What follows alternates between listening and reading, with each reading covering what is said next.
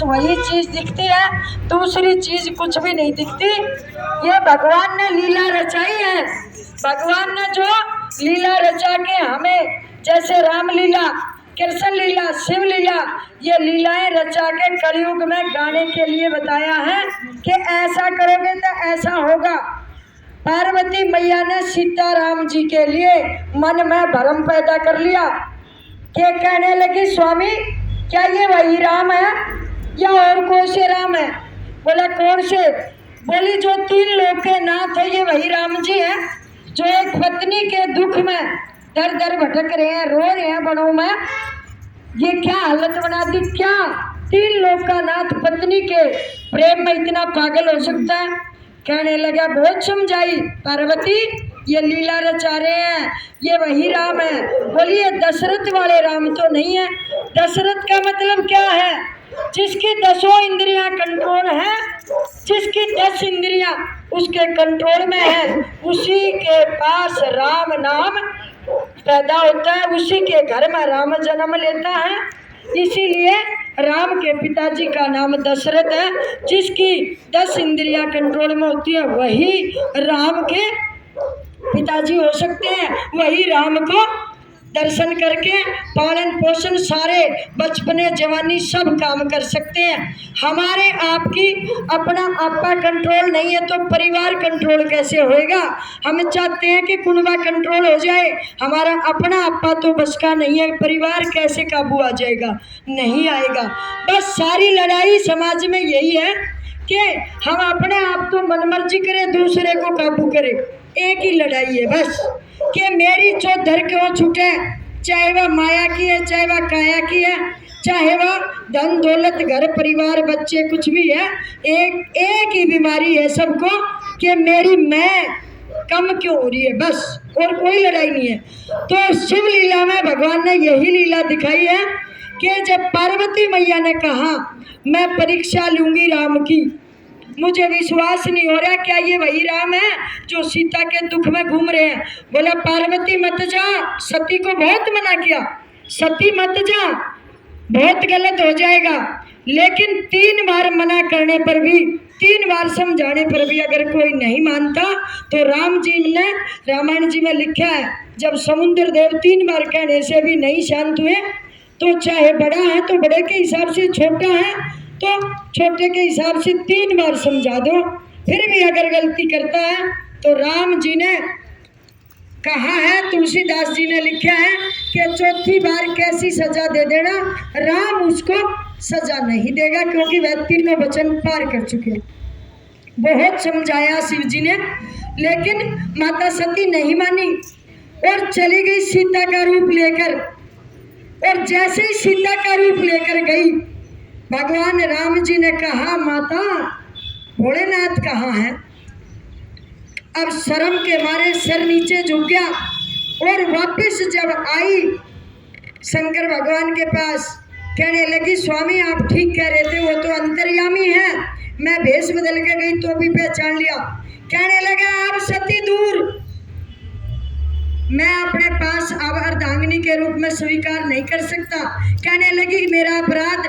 बोला आपने मेरी माँ का, सीता माँ का रूप ले लिया, अब आप मेरी माँ का रूप लेकर माँ का दर्जा बन गया, अब मैं आपको पत्नी रूप में स्वीकार नहीं करूँगा। इसके लिए आपने इस देह को त्याग कर दोबारा से फिर तपस्या करके मुझे पाना पड़ेगा, अगर आप मुझे अगले जन्म में भी पति मानती हो तो। तब माता ने अपने पिताजी दक्ष के घर में जाकर और यज्ञ में अपने आप को दाह संस्कार किया, फिर दोबारा से तपस्या करके पार्वती रूप में आई और पार्वती रूप में आकर फिर शंकर भगवान के साथ उन्होंने लीला रचाई। रामलीला, रामलीला में भी सब जो लीला दिखाई है भगवान ने, कभी भी उस पर शक नहीं करना चाहिए। लीला ही सत्य है, ग्रंथ ही सत्य है और सत्य ही जीवन है, जीवन का सार है। सत्यम शिवम सुंदरम, सत्य है वही सुंदर है, उसके सिवा कुछ भी सुंदर नहीं है। तो ये जो भजन में आप गा रहे हो कि ये लगन जिसे लग जाए, भक्ति का नशा चढ़ जाए, तो पांडवों को जो जुए में द्रौपदी को जितवा दिया।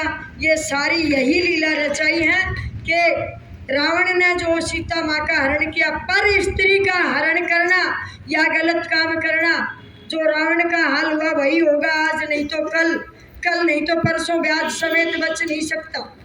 और सती माता ने जो लीला रचाई है भगवान ने, वो यही दिखाया कि मन में भ्रम नहीं रखे, मन में भ्रम नहीं होना चाहिए। नशा चढ़ जाता है मैं का तो मन में भ्रम आ जाता है। जुआ भी देखो, क्या पता अब जीत जाए, क्या पता एक पैसा और डाले अब जीत जाए, ऐसा नशा चढ़ा बिल्कुल खाली हो गए।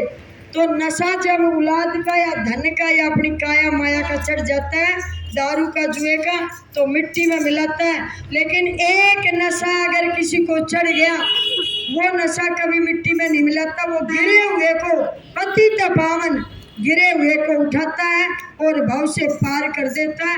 वो है भक्ति का नशा।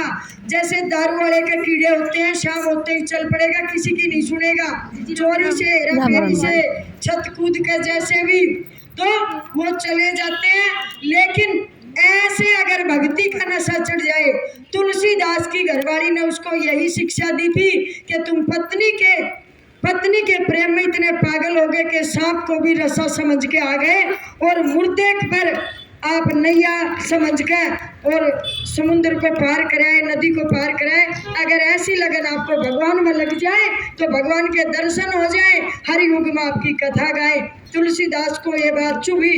हम तो कहते हैं हम भलाए बुरे लगे, अगर आपको एक भी बात चुभ के और भक्ति की राह पर चलते हो तो हमारा तो जीवन हो जाएगा सफल, इसी से आपका कल्याण हो जाएगा और हमारी भक्ति सफल हो जाएगी। चाहे कड़वे बोल से ही एक बात भी समझ में आ जाए, ये नशा गिरे हुए को उठाता है, ये नशा कभी खाली नहीं जाता।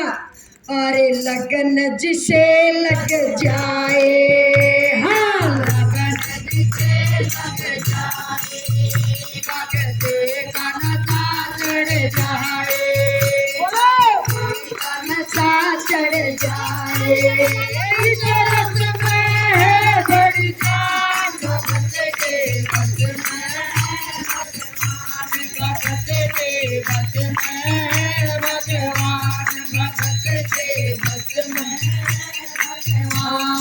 जो रोज हरे गुण गावे, जो रोज हरे गुण गावे, संकट ना कभी सतावे, संकट ना कभी सतावे।